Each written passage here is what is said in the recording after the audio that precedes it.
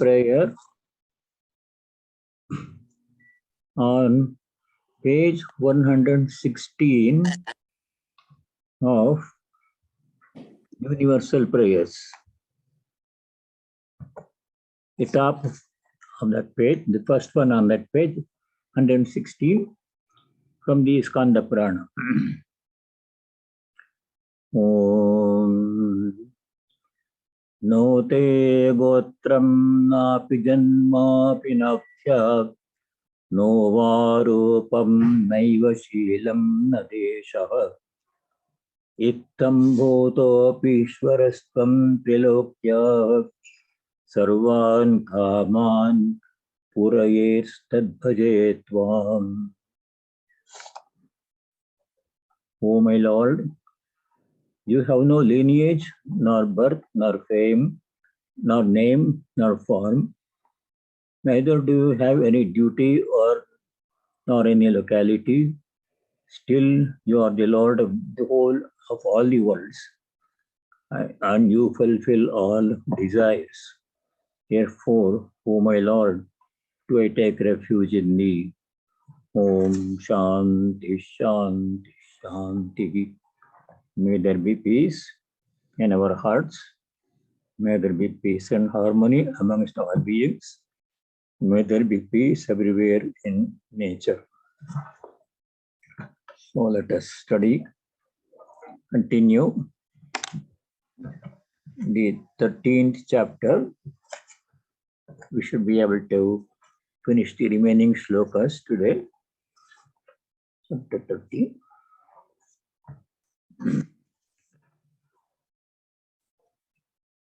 Verse number 30, 30. Here Bhagavan Sri Krishna is explaining that there is only one reality, ultimate reality, called Brahman in the Upanishads, Vedanta, that appears as many. How can one appear as many, and why? There is no one clear answer to this question. Different theories are there. One view is that the reality or its power, which is called Maya or Prakriti, has become many. This is what Sri Ramakrishna has said in the Gospel. The Divine Mother herself has become the whole universe and the 24 cosmic principles. That is one view. Some people call it Parinamavada. Parinama means transformation. There is actual transformation. That is one view. The other view is the one remains as one, it has not changed. It does not change. It is pure consciousness, Brahman, Prajnanam. It cannot change, undergo any transformation. But in appearance of money is a case of misperception, seeing one thing as something else, which it is not. This happens in our daily lives. We see somebody, we mistake them to be somebody else. Same thing happens in situations. We are involved in one situation, we mistake it, we don't read it correctly and we misunderstand the situation. This is common. The same way we are saying Brahman all the time, there is only one. There is nobody to see, there is nobody to be seen, only Brahman is there. But it appears as the world. And how this is possible, how one thing can appear as something else? They give this same classic old example, rope appearing like a snake. Rope has not become a snake. Only one thing is there, rope is there. But we are misperceiving that as something else, which it is not. That is another view. This some people call Vivartavada. No transformation has happened. Some people say this whole world is like a dream.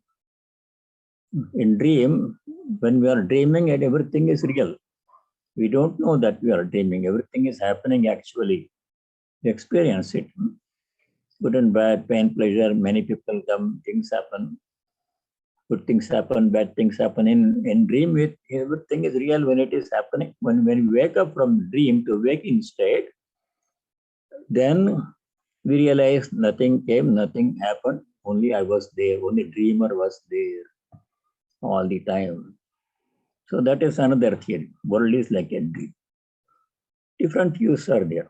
However, a seeker of knowledge should see the one behind the many, not pay much attention to the many because it is fleeting. It's there now, it's not there later. It's constantly changing when it is there, and it also disappears when we wake up from the waking state to our real higher state of awareness called Turiya. Turiya means fourth. Beyond the three states. The three states that we go through every day are waking state, dream state, and dreamless deep sleep state. Sushupti. Jagrat, Swapna, Sushupti. Behind this and covering all this as a background, the fourth state, Turiya, that is the true state of existence. When we reach that stage through spiritual practice and grace of God, they realize this whole world was not there at all. It disappears like the dream disappears when we wake. Until then, it is real. So that is another view. A person who sees this truth and sees only Brahman as the ultimate reality, such a person becomes one with it. Seeing means experiences. In Vedanta, when you say see or know, it means experience, not theoretical knowledge, actual experience. So such a person experiences the divine reality as Brahman. That is verse number 30. Let us read that one. Yada bhuta pratak bhavam ekasthamanupashyati tata eva cha vistaram brahma sampadyate tada. When a person sees the multiplicity of beings, all the things we are seeing, infinite number of things we are seeing, as abiding in the one, ekatvam, one only is actually there. It appears as many, it's being seen as many. We should become aware of the one. We are aware of the many. Actually, we are experiencing what other people are doing, hearing our own body, mind, everything we are experiencing. But beyond that, the one that is present, Brahman, that we should experience. Ekatvam anupashyati. One who sees the one behind the many. Tata eva cha vistaram. From that, tata means from that one alone, all the many things have come. The source of the world is Brahman. The whole universe emanates from Brahman, is sustained by Brahman, and dissolves back into Brahman. That we know from earlier chapters of the Gita. Amadishcha madhyam cha bhuta namanta eva cha, like this. Lord says, I am Adi, I am the beginning, I am the source. Madhyam, I am the middle, support. Anta eva cha, I am the end, destination of all things. That we know from Gita and Upanishads. A person who sees this truth, sees means actually experiences this truth, such a person, tada Brahma sampadyate. Brahma sampadyate, achieves Brahman. Achieves means, in the commentary, Shankara says, Brahma sampadyate, Brahmaiva bhavati, becomes one with the reality. There is no separation. I'm the seer, I'm seeing something else, object. That subject-object separation goes away, only the subject remains. The individual merges into the infinite. Only infinite remains. The separation of the individual, I am a separate person, I'm seeing all these other things, other beings. That is not right perception. That is misperception. That's not the truth. Truth is only one is there. One who experiences that truth, such a person becomes that ultimate reality. Brahma sampadyate, becomes one with Brahman. Brahmaiva bhavati. That is liberation, moksha, salvation, mukti, in whichever way we want to look at it. So that is the statement here. So from this 30th until 34th verse, end of this chapter, the description of that ultimate reality is being given. So we go to verse number 31. Anaditvat nirgunatvat paramatmayamavyayah sarirastopya kaunteya nakaroti nalipyate.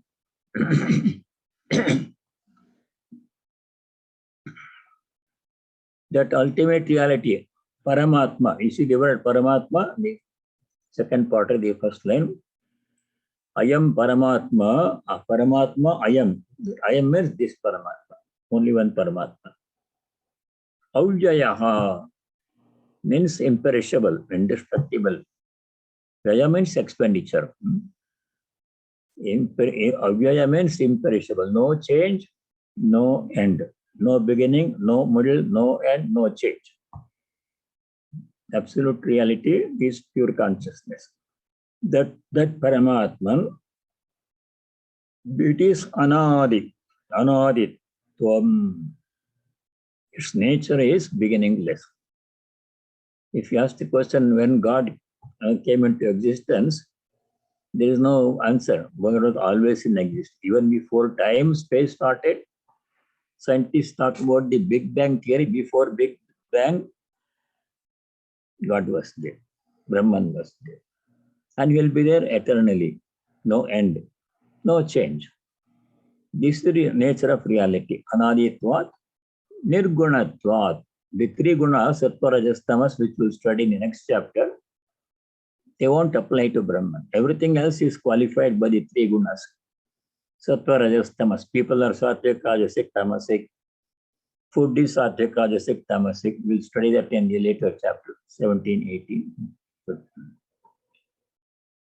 But Brahman is free from the three gunas. Paramatmayam avyayaha nirgunatvat. No gunas. All other things have gunas. All of us, all people, animals, plants, things, nature, gunas are there. Next chapter we'll study. Only Paramatman is nirguna. No gunas are there. Guna means change. There is no change. Guna means variation in quality, sattva, rajas, tamas. There is no such thing for Brahman. Because Brahman means anadi, beginningless. Nirgunatvat, because Brahman is nirguna, free from gunas, is avyayaha. I am Paramatma, avyayaha, imperishable. Always there, no change. Everything else has a beginning, everything else has a middle and an end, everything else, gunas, everything perishes. Exactly opposite what we see in the world. Only thing that does not have a beginning, does not have a middle or an end, does not change, does not perish is Brahman. And that is the only ultimate reality, that is only the existence truth. That is what Vedanta says. And we are all that one. We are all, you can say, manifestations of that one. Of that one appearing as all of these people, animals, plants, things, planets, and everything. So that one has to be seen behind the many. We are guided by the many, carried away by the many. People, when we see people, we are carried away by their external appearance, features. When you see somebody for the first time, we notice their outer personality. What work they do, what nationality, what language they speak, what food they eat, what car they drive, what all these things we know, young or old. But the one real thing that is inside the Paramatman in that person that we don't see escapes our view. It is there but cannot be seen. This we know from experience. Also Upanishad says this one. Kata Upanishad says, Yesha sarveshu bhuteshu gudah atma na prakashate. This Atman, Yesha Atma, sarveshu bhuteshu, in all the beings, without any exception, gudaha means remains hidden from you. Na prakashate, cannot be seen. Outer body you can see, inner self you cannot see. That is the truth. However, then you ask the question, if it cannot be seen, how can we see? There must be some way to see God. And the Upanishad says, yes, it is possible to see God. Sri Ramakrishna said the same thing. It is possible to see God. Sri Ramakrishna said, from his own experience, not only is it possible to see God, it is possible to talk to God as we are talking to each other. Tena saha alapam kartum sadhyam. Alapam means conversation. We can talk to God. He did.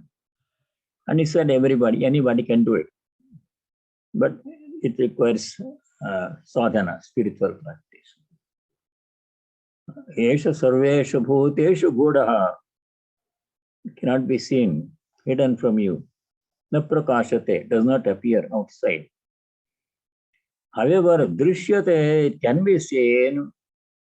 Agriyaya buddhya. Upanishad, Kata Upanishad. Agriyaya buddhya. Agriya means sharp intellect. Buddhi means intellect.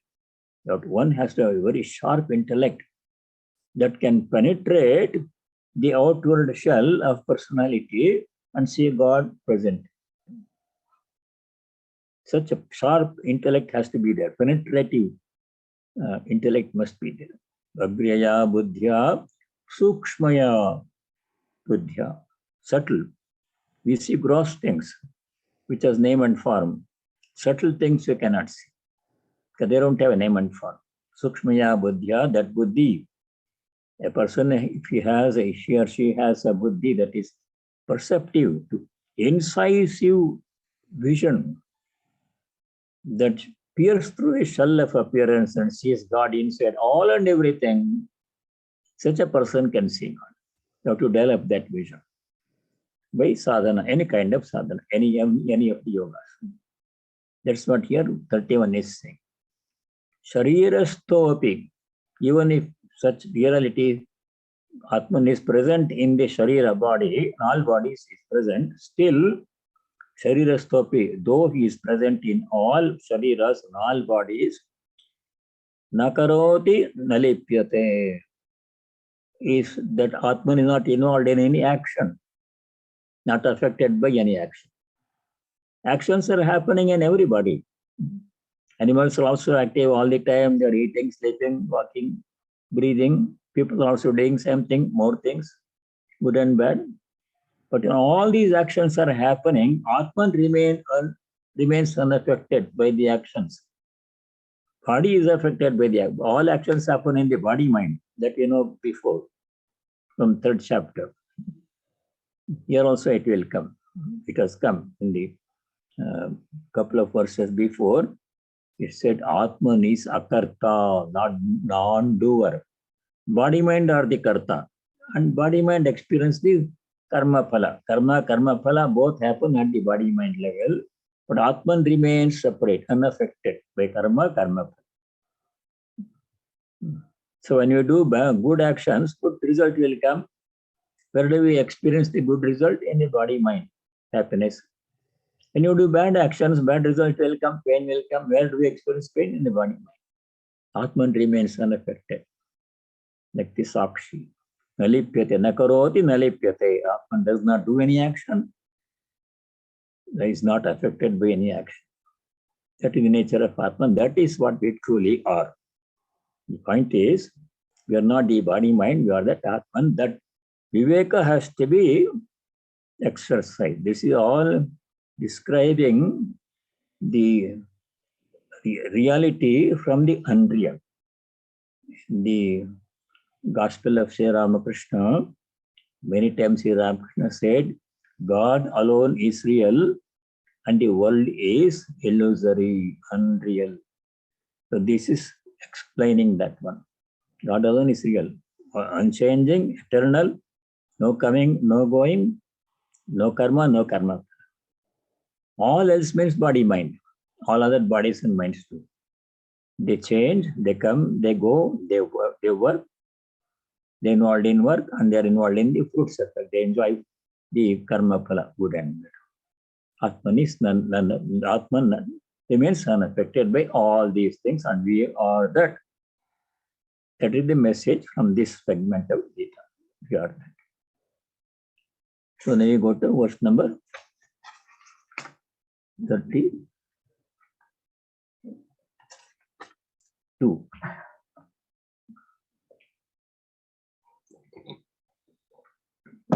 Good. Verse number 32. Description of that reality, Paramatma. Yatha sarvagatam saukshmyad akasham nopalipyate sarvatravasthito dehe tathatmanopalipyate. Atmanopalipyate is not effective. Same message. Yatha sarvagatam akasham. Akasham means space. Space is given as an example. Just like space, which is present everywhere, sarvagata means present everywhere. Saukshmyad. Sukshma means subtle. Space is very subtle. We cannot catch hold of it. It cannot be painted. It cannot be changed in any way. It is too subtle to undergo any change. Material things we can change. You can paper, we can cut it to pieces, I can paste them together.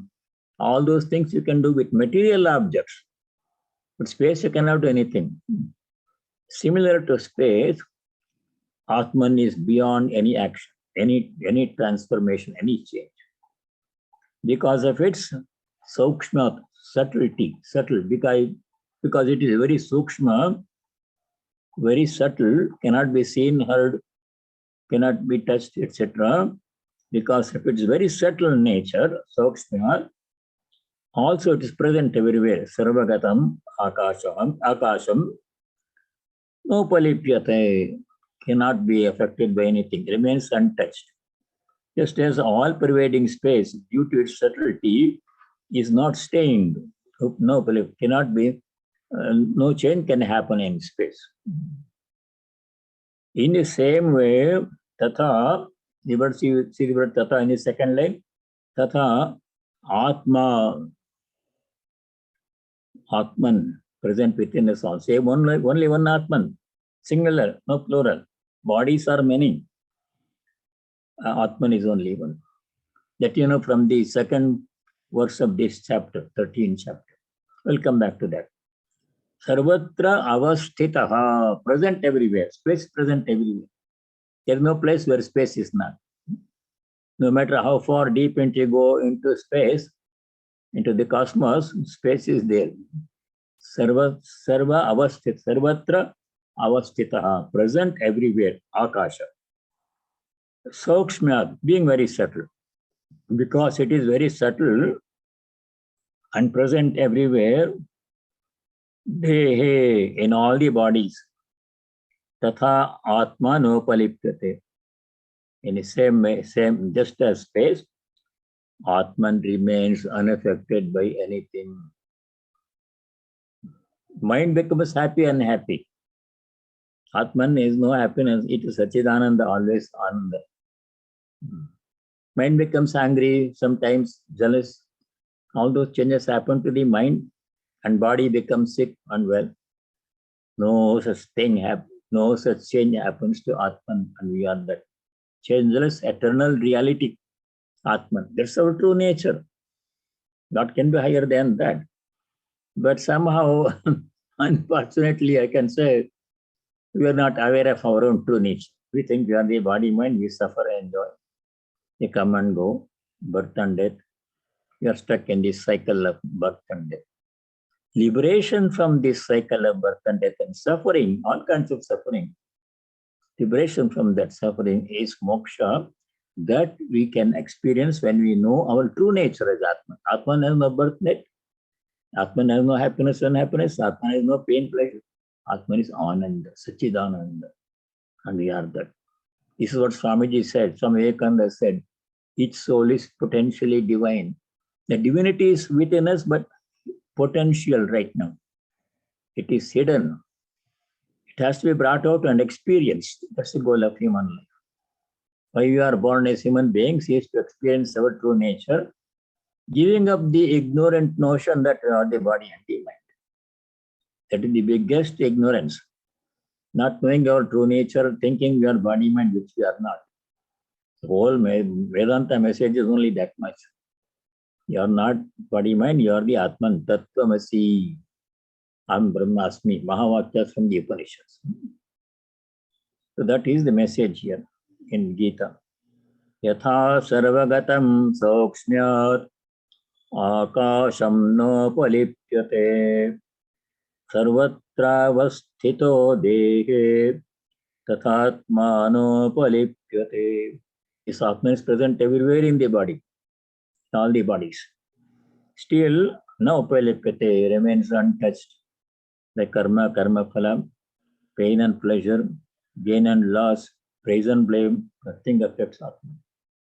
Every small thing affects us, mind. Little thing happens, we become upset or angry. That is only for the mind, that can be changed. All our weaknesses of the mind can be purified, removed, and we can have pure mind. When you have pure mind, then the vision, experience of Atman will come.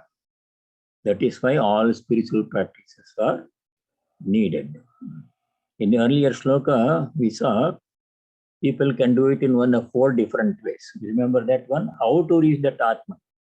How to give up the idea that I am the body, mind, and how to know that I am the Atman. 4 different methods were described. This is number 20. Just a few verses before, number 24, same chapter. In verse 24, Sri Krishna described 4 different ways to reach that goal. To reach the knowledge I am the Atman, experience Atman, give up the wrong notion I am the body. You can do any of these 4. There he says, verse 24, Jnanena Atmani Pashyanti Kechidatmanam Anye Sankhena Yogena Karma Yogena Chapare. 3 methods in this one, in this sloka. Kechit, some people, Jnanena Atmanam Atmani Pashyanti. They see the self in the self. Inside ourselves, nothing outside. You see our own self, our true self within ourselves by jhana, meditation. Meditation, according to Upanishad and Brahman, difficult for many people. Other people, Sankhena Yogena Pashyanti. Sankhya Yoga. Sankhya Yoga here means discriminating. Sankhya here yoga means analytic thought in the following way. These are the constituents sattva, rajas, and tamas. In the self is their opposite, being the witness of their operations. This is Sankhya Yoga means separating the body mind from the Atman. How? They're opposite qualities. They have opposite qualities. Body mind they come and go, they change. Atman does not come, does not go, does not change. Atman is eternal. Body mind is temporary, ephemeral. Like this, separating, doing vichara. This vichara means exercising viveka, real and real, separating real from unreal. That kind of vichara, Sankhya Yogena, people can do. They can do meditation or they can do vichara. Vichara marga, a path of inquiry. Second method. Other people, they can do karma yogena cha pare. Apare means other people. Karma yogena pashyanti atmanam. They do karma yoga easier. In this Kali Yuga, karma yoga is easier than jnana yoga, vichara marga. Because karma yoga, no special requirement is there. Karma we are all doing. Nobody can remain without karma, even for a short moment. That you know from third chapter. Since you are always doing karma, we do it as karma yoga. How to convert karma to karma yoga? Easy.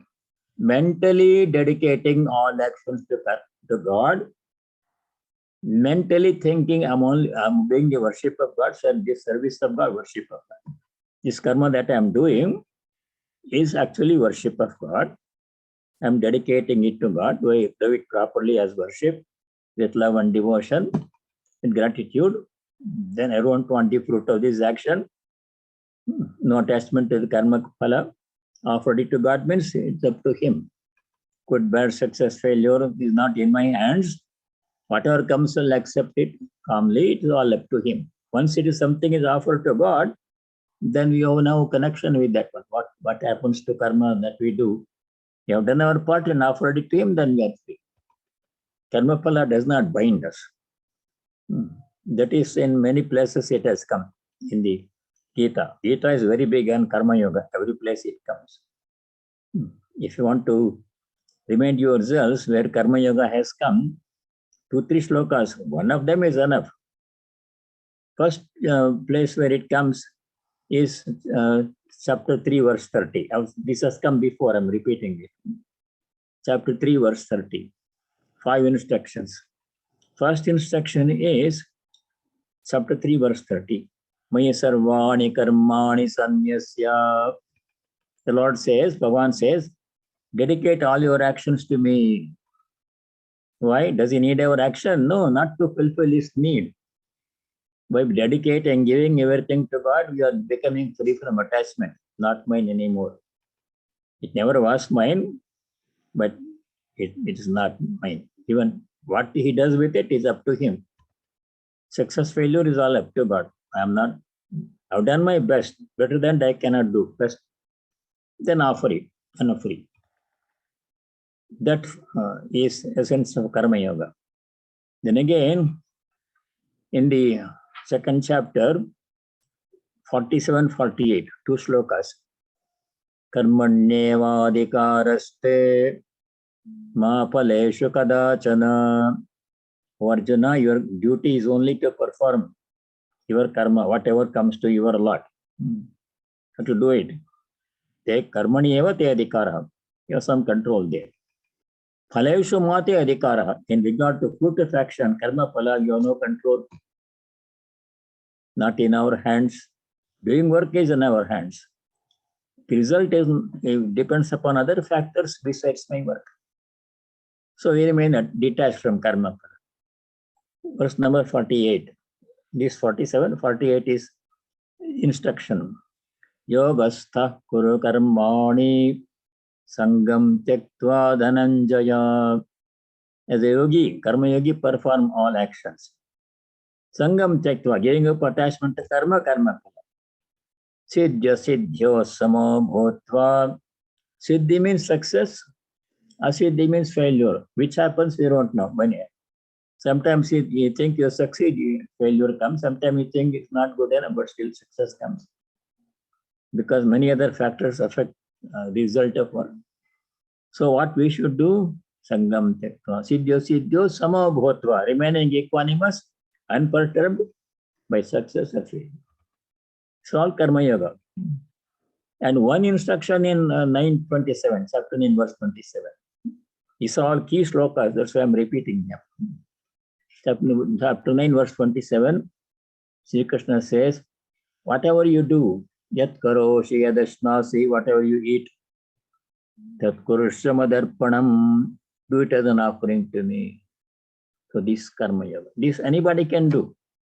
Because karma does not change. Same karma we can continue to do whatever we are doing, including secular activities, working in an office or a place of work. in a bank or government office or a business or your own business, wherever you work or at home, cooking, cleaning, serving, taking care of children, all work can be done as worship, should be done as worship. Then we are free. Karma phala does not affect us. Success, failure is up to him. I've done my best, the rest is up to you. Free. That is total freedom. Karma phala is that. The karma yoga is very like that one. Anybody can do that. So coming back to verse 24, Jnanena, meditation, Sankhena yogena, by vichara marga, karma yogena chapare. Three methods are there to reach the knowledge of the self. Fourth method is even simpler. Verse number 25. 4 ways in which we can reach God. Anyet vevamajanantah tutvanyebhya upasate te pichati tarantyeva vrityam sutiparayana. Other people who don't want to do or cannot do dhyana, karma yoga or sankhya, they can simply listen to the instructions of people who know. Anyebhyaha shrutva, listening to the words of holy people. That is easier. They are holy people, are those who have reached this goal. So they know what they are talking about. So if you listen to their words and follow their advice, we are safe. Because they have proved, it has been proved that this path is working. They have reached the goal. Those are holy people. Te pichati tarantyeva mrityam taranti, ati taranti. They transcend death. Death means ignorance of our true nature. They become jnanis, they become bhaktas. Te suti parayana, those who are intent on hearing the advice of holy people who have reached the goal by following this path and following that advice, they also reach the goal. Easiest way. So one way or the other, we have to reach the goal. Now we go to the next verse. Which one will we do? So, verse number 33. Yatha prakashayat yekah bravihi kshetram kshetri tatha pritsnam prakashayati bharata.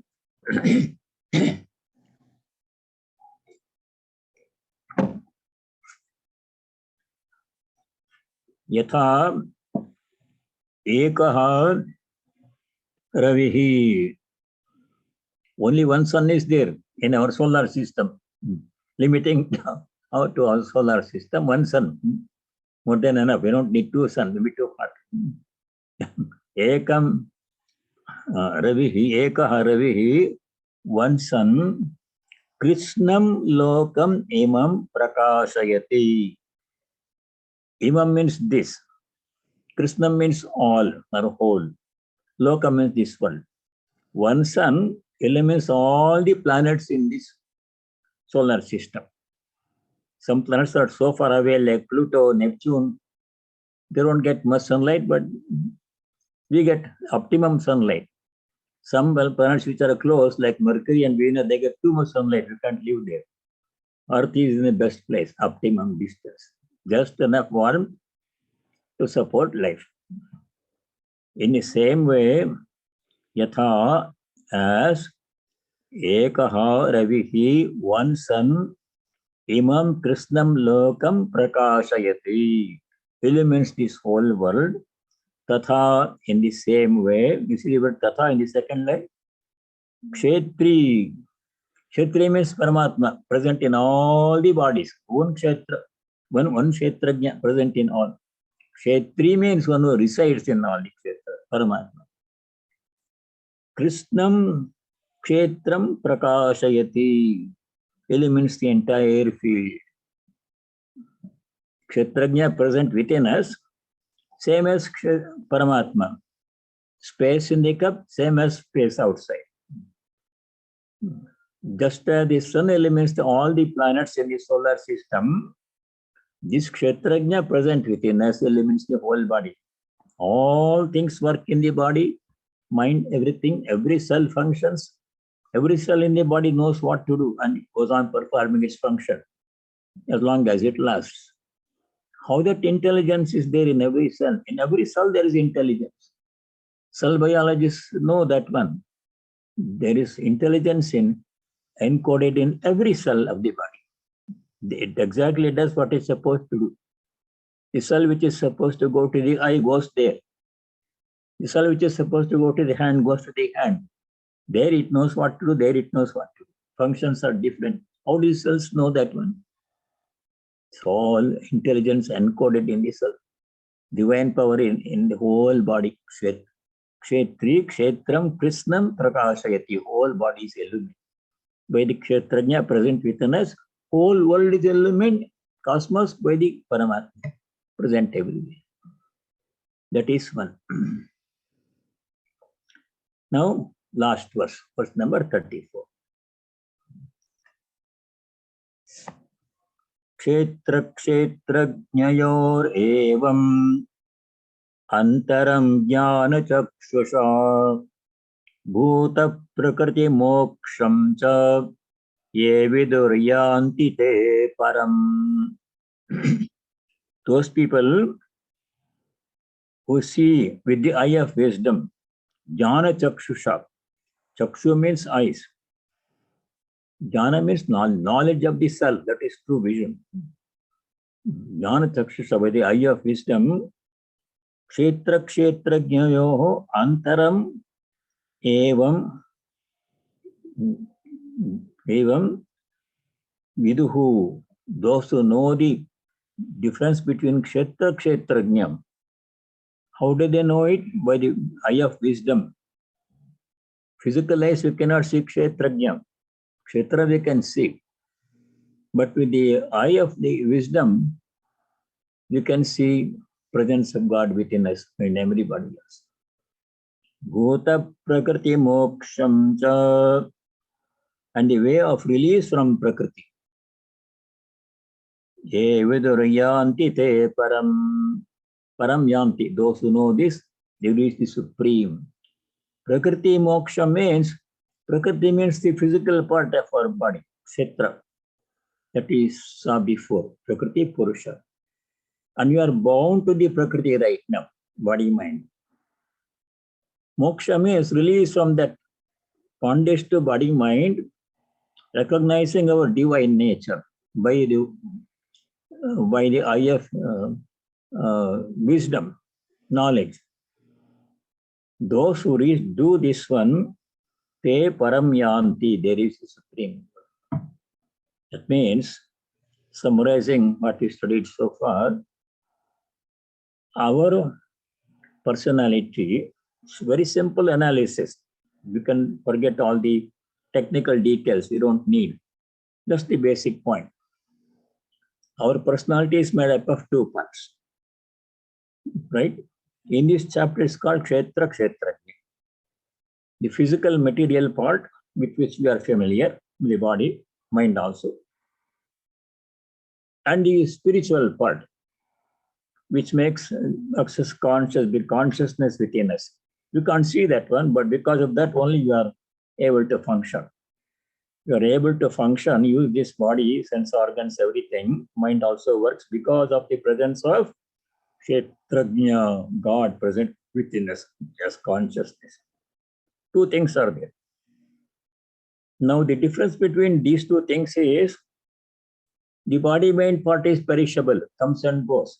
It's a beginning end, and it changes in between beginning and end. All the time it is changing. 6 changes we have seen. That is the nature of the physical part, Prakriti or Kshetra. The Kshetrajna part, conscious part, is unchanging, eternal, same as the supreme reality. The consciousness within us as Kshetrajna is same as Paramatma, which is like this space in the cup is same as space outside. No difference. There is no difference. Only one space is there. Appears as money. avibhaktam cha bhuteshu vivaktam stitam. It appears to be divided into separate parts in different containers. Really, only one space is there, indivisible, cannot be divided. Same way, consciousness, Paramatman, is present in all, appears to be separate because association with the particular body. They are not separate, only one consciousness. Paramatman, that is what we truly are. That is the gist of this chapter. Now, what we have to do? We have to discriminate. Exercise Viveka. I am not the body mind which comes and go. I am the Paramatman, I am the Atman, which is always there. Infinite, eternal, pure consciousness, no happiness, unhappiness, no karma phala, no pain, no pleasure, eternal Sachidananda. That's my true nature. That has to be known from experience. Simply saying that will not be doing, reading that will not be enough. To experience our true nature. How to experience? 4 different ways we studied just now. Karma yoga is doable for everybody. Bhakti yoga is also possible. Bhakti is not mentioned here, but that is the main path for this yoga. Kali yoga, Sri Ramakrishna says, is Bhakti yoga. Whether you do Bhakti yoga or Karma yoga or Vichara marga or meditation, goal is the same. Whichever is easy for us, generally Bhakti yoga, Karma yoga combination is easy for most people. That if we do that one, we reach the same goal. For this, we need guidance from holy people, holy company. And we should be very serious about this goal. This is a very serious occupation. It is not a simple thing. It is to be taken seriously as the only goal of life. First, you have different goals. You have to maintain a family, you have to find a work, and you have to get some money, you have to have a place to stay. All these are goals, but they are for the time being. Ultimate goal is to know God, our true nature. That should never be forgotten. That is seriousness, that vyakulata, that restlessness to reach the goal must be there. Intensity must be there. So that is this 13th chapter. Next time we shall begin chapter 14, which deals with Gunatraya Vibhaga, 3 gunas, Sattva, Rajas, Tamas. Very interesting story. As a prelude to that study of 14th chapter, remember the parable of Sri Ramakrishna in the Gospel. A merchant was traveling through the woods in the evening. He had sold his goods and was carrying some money. And he had some jewelry, some Rolex gold watch and all those things he was wearing.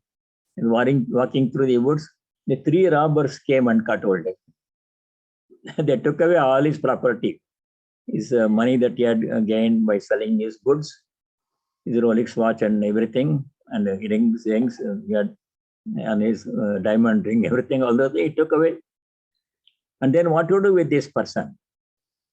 One robber said, we should kill this man.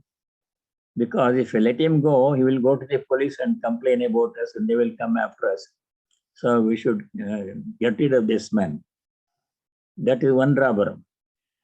Second robber says, no, why to kill him? Let us tie him up to a tree. By the time he somehow frees himself, he will be far away. And even if before he frees himself, somehow, tiger may come and eat him and we don't have to kill him. So tie him up, second robber. Third robber says, no, why to tie him up? Let us leave. By the time he reaches home, in the darkness, we will be far away, we will be safe. So three people discussing what to do with this person after taking away his property. Finally, they decided the second person's suggestion they followed. They tied him up to a tree and went away with all his property, everything. After some time, the second robber, the third robber, he comes back. The third robber is the one who had said to let him go free. So he comes back, unties all the knots, makes the person free and shows him the way to his home, his village, go this way. And then he wants to go back. The merchant became very thankful, beholden to the third robber who freed him, came back and freed him. And the merchant invites him to his home. You have saved my life. You have shown me the way to my home. Please come with me. I want to reward you, honor you. Oh, the robbers, no, I cannot come. I'm a robber. If I come to your village, police will catch me. So he goes away. In this story, the first robber who wanted to kill the person, he represents tamas, tamoguna in us. Tamas kills. If you don't control tamas in us, it will kill us, kill our personality. Can't reach the goal. The second robber who wanted to tie the merchant represents rajas in us, rajoguna. Rajas binds us to the world. Rajas means desire, activity. I want to acquire this, I want to enjoy that one. All that is rajas that ties us to this world. Bondage. Gets stuck. The third robber who released him, showed him the way to freedom. He represents sattva, sattva guna. Sattva guna shows us the way to liberation, freedom. Releases from all limitations and bondages, from all sufferings. So we have to practice sattva guna. We all of us have three gunas. Everyone, not only people, animals and food and everything has three gunas. So what we have to do as human beings is to become free from the three gunas. So this instruction was given in the second chapter. See, what is going to be described in the 14th chapter is already there in the second chapter. You remember which sloka it is? Where Sri Krishna says to Arjuna, become free from three gunas, he says. Nistray gunyo bhavarjuna. 245. Second chapter, verse 45. There Bhagavan had already said, way before in the second chapter. The details come in the 14th chapter. There 245, Sri Krishna Bhagavan had said, Traigunya Vishaya Veda Nistraye Gunyo Bhavarjuna Nirdvandvo Nitya Sattvastho Niryogakshema Atmavan. O Arjuna, Traigunya Vishaya Veda. Veda means all the our whole scriptures, whatever they deal with, that means everything. The scripture like Vedas and the Mahabharata, they all deal with everything in his human life, nothing left out. They say if something is not in Mahabharata, is not anywhere else. So whatever the scriptures talk about, that means all world, all beings in it. Traigunya Vishaya. Traigunya, they have three gunas, sattva, rajas, tamas, in different proportions. It can be changed. Then what we have to do? Bhagavan says to Arjuna, Nistray gunyo bhava, you become free from three gunas. Instruction is simple but difficult to carry it, put into practice, carry it out. Become free from the three gunas. Nistray gunyo bhava. Because body, mind all have three gunas, sattva, rajas, tamas. Kshetra is three gunas. Kshetragya is guna rahita, as we just now saw. Nirgunatvat, no sattva, rajas, tamas, free, then no bondage. Total freedom, total knowledge. As long as you are in the grip of the three gunas, you are bound, you are limited. Rajas binds, tamas kills, sattva shows the way to freedom. So we have to become free from sattva, and some rajas is required, but unnecessary rajas is not good. Sattva we have to practice. Eventually sattva also will leave us. Then we become one with the divine.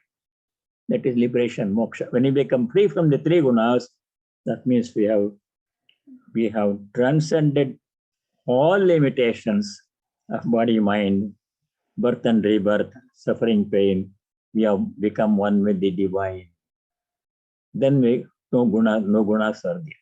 Nistray gunyo bhavarjuna nirdvandvo 245. Nirdvandvo nitya sattvastho Niryogakshema Atmavan. Dvandva means pairs of opposites. We oscillate. Sometimes we are happy, sometimes we are unhappy. Sometimes we are peaceful, sometimes we are restless. Some people praise us, some people blame us. Sometimes you are sick, sometimes you are well. This all like a pendulum, we go between the two extremes in our life. Dvandva. Dvandva atita. One who transcends the bandhas is free, no suffering, no pain, no gain, no loss, no praise, no blame, nothing. You have to become free from the trigunas, from the dvandvas, nirdvandvo bhava, nitya sattvastha bhava. Sattvastha means only stays in sattva, sattva guna. Always remain in a sattvic mode of mind. Don't let rajas and tamas overtake you. Remain sattvic. Nitya sattvasto niryogakshema atmavan. Yogakshema comes in 9th chapter. We studied that one. Remember that one? Those who worship me always, I take care of their yogakshema. Ananyas chintayanto mam ye jana paryupasate tesham nityabhiyuktanam yogakshemam vahamyaham. Very famous verse. You have to remember. Old verses we should not forget. 9:22. Bhagavan has said, Yogakshemam vahamyaham. If you are devoted to God, always think about God, praise Him, chant His name, and glory is what He does. This is our part that we have to do. His part is Yogakshemam vahami. That means yoga means He shall provide what we need, what we don't have, like food, basic needs, clothing, place to stay. This will provide. Kshema means protecting what we have provided. Provision and protection, both He will do as promised. So we don't have to worry. We think about God and He will do the rest. The Lord is my shepherd and I shall not want. There's a very famous section in the Bible called the Book of Psalms, 23rd chapter. The same message comes, Yogakshema vahamyaham, is used the same way in different words. The Lord is my shepherd, I shall not fear. The Lord is my shepherd, I shall not want. He is taking care of me round the clock. Even when I'm sleeping, not thinking about Him, He is taking care of me. Never absent. We go back and forth. We generally think of God about a little bit time, or think rest of the time we think about world. God is not like that. He is always watching us, protecting us. Always, even when you are not thinking about it. So why worry? No anxiety for devotee. Pure devotion means no anxiety, no fear. He shall protect. Yogakshemam, Nijyogakshema, Atmavan, becoming absorbed in the self, your true nature. So that is the introduction to the 14th chapter in 245, second chapter, verse 45. The details of the three gunas will come in the next chapter. We shall study that from next week, God willing. Until then, all of you stay well. I shall say the closing prayer. After prayer, we can have questions, answers. Om Sarve Bhavantu Sukhinah, Sarve Santu Niravaya, Sarve Bhadrani Pashyantu, Ma Kaschid Dukkha Bhag Bhavet. Om Shanti Shanti Shanti. Om. May all be happy. May all be free from suffering. May all practice and realize and practice what is noble and auspicious. May no one be subject to misery. Om peace. May there be peace and joy in our hearts. May there be peace and harmony among all beings. May there be peace everywhere in nature. Hari Om Tat Sat. Sarvam Sri Ramakrishna Arpanamastu. Very good.